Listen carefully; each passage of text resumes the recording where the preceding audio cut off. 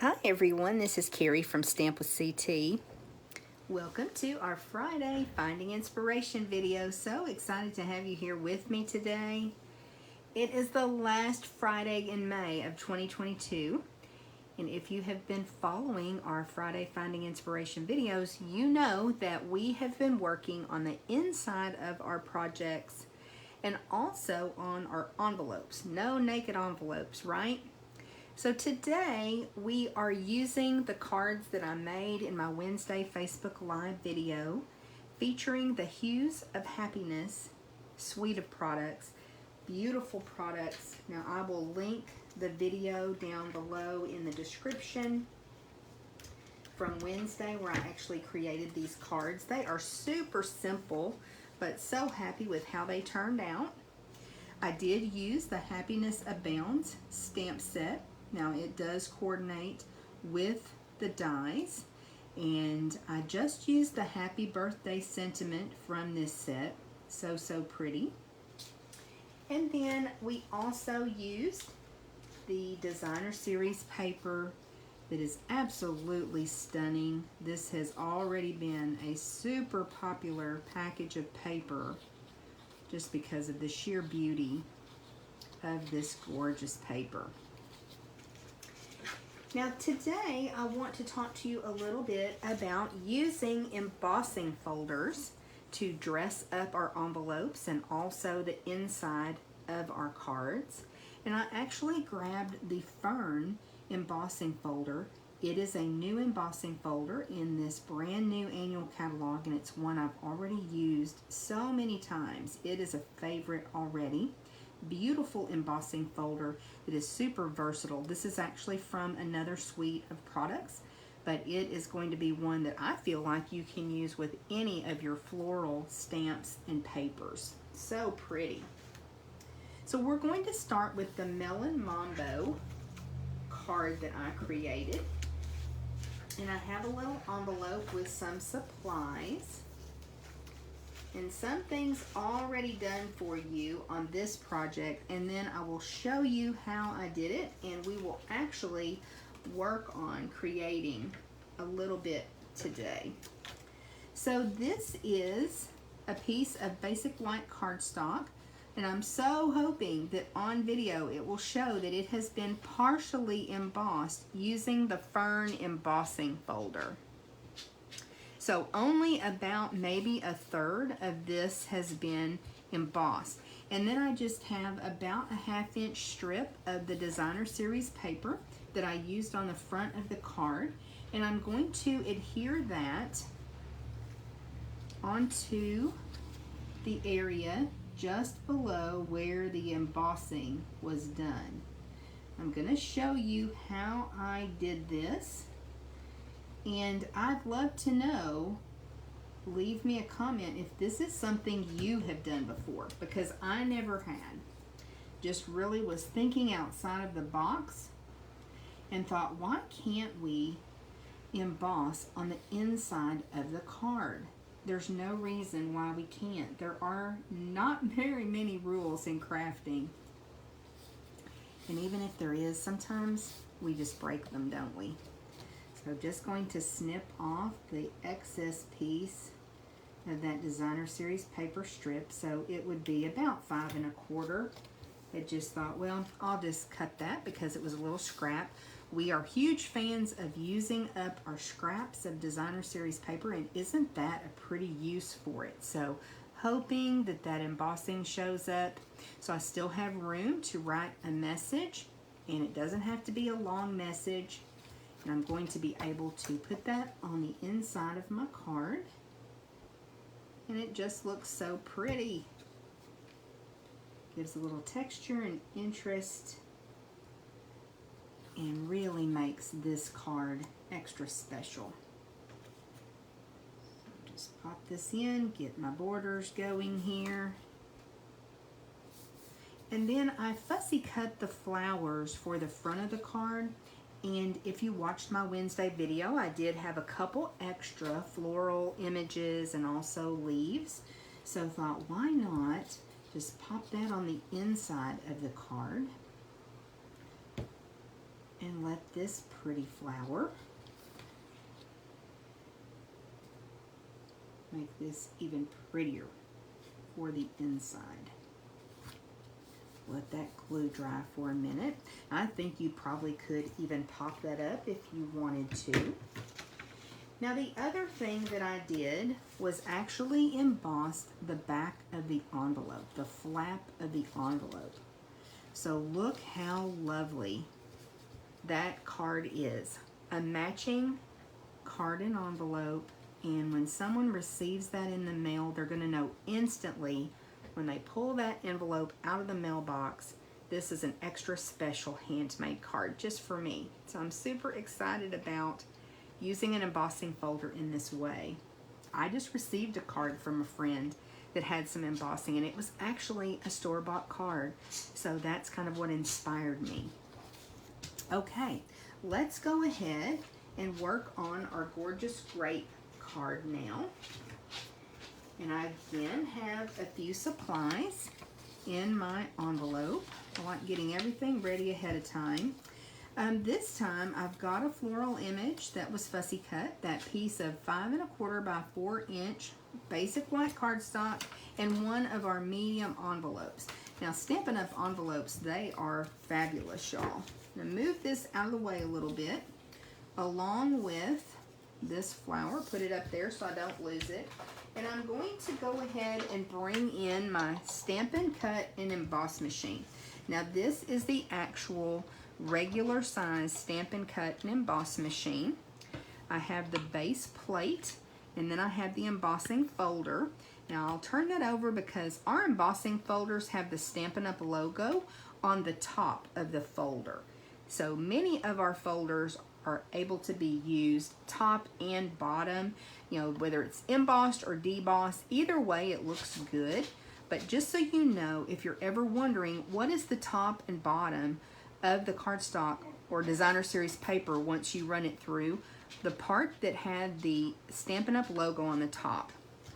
So to do the flap of the envelope, I did go ahead, whoops, and line the envelope up in the embossing folder,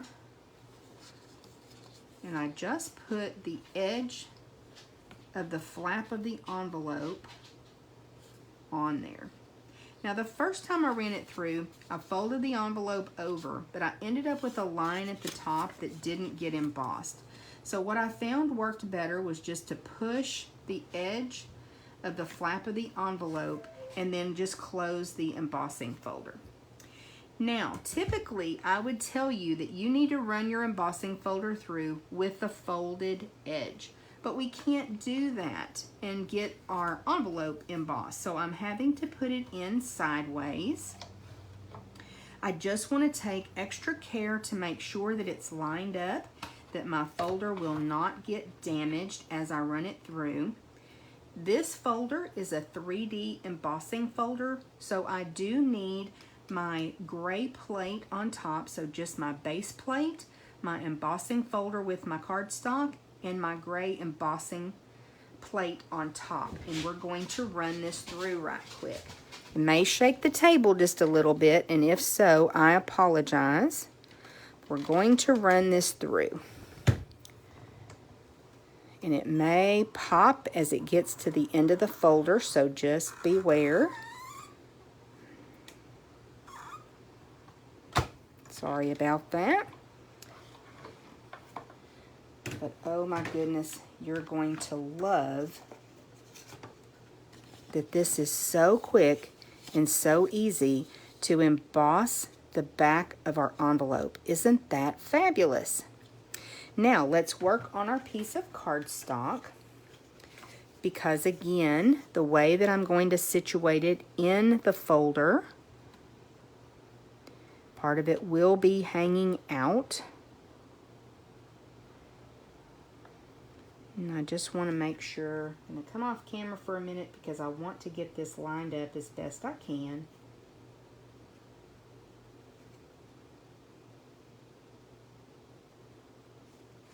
I'm actually going a little bit too far. Let's try there.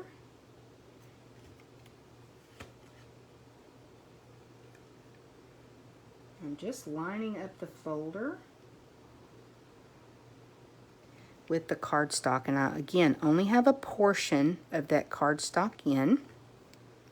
So I am going to need to put, oops, let's bring that base plate back around. I'm going to need to put my embossing folder in sideways once again.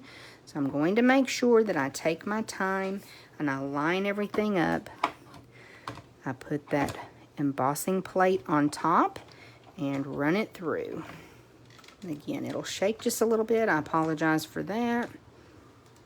May hear that come off the end of the folder, so it may be a little bit of a loud snap. There we go.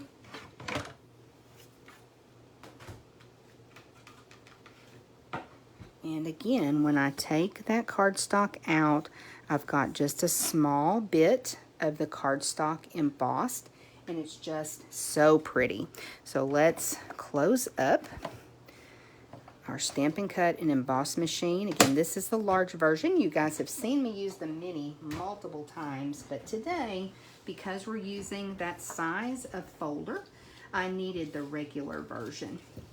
Okay, so we've already got this gorgeous envelope, and now I'm going to bring the cards back in because I want to dress up the inside panel for this card. Now here I use some pretty new ribbon.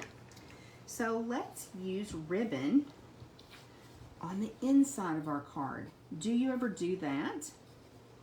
I don't much, but how fun to be able to dress up the inside of our card with ribbon. Again, I don't know of any rules that say we can't do this, so let's give it a try. So I'm coming to the edge of the embossing here. I'm going to wrap the ribbon around and put a little piece of Scotch tape. Bring that across the embossing so that I still have plenty of room up there that I will be able to write my message. I think that's going to really add a very pretty touch. And we can just snip that off. I like working from the bolt of ribbon. I really feel like it conserves my ribbon.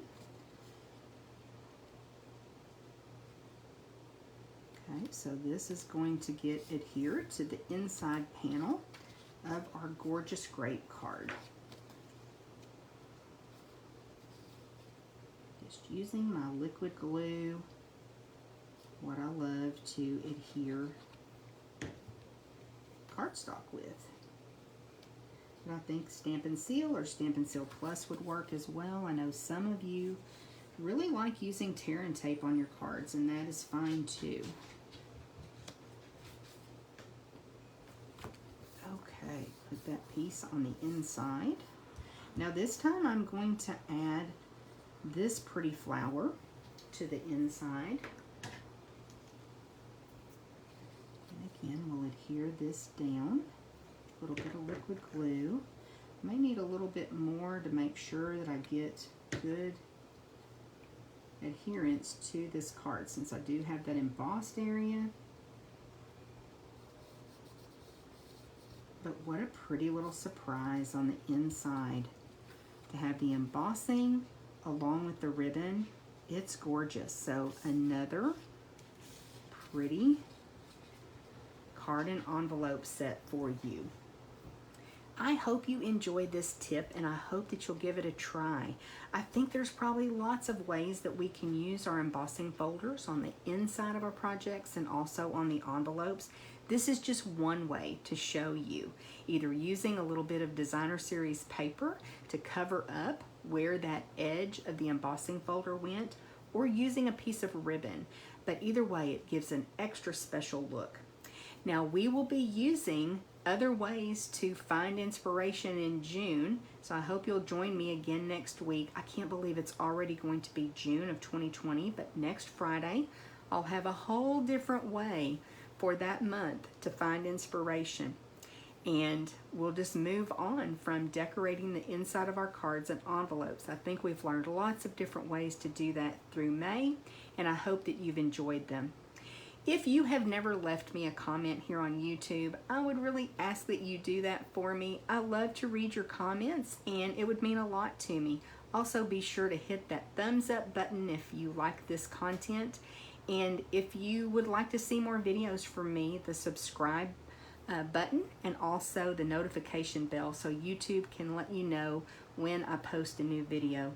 Thanks so much. Y'all have a great day.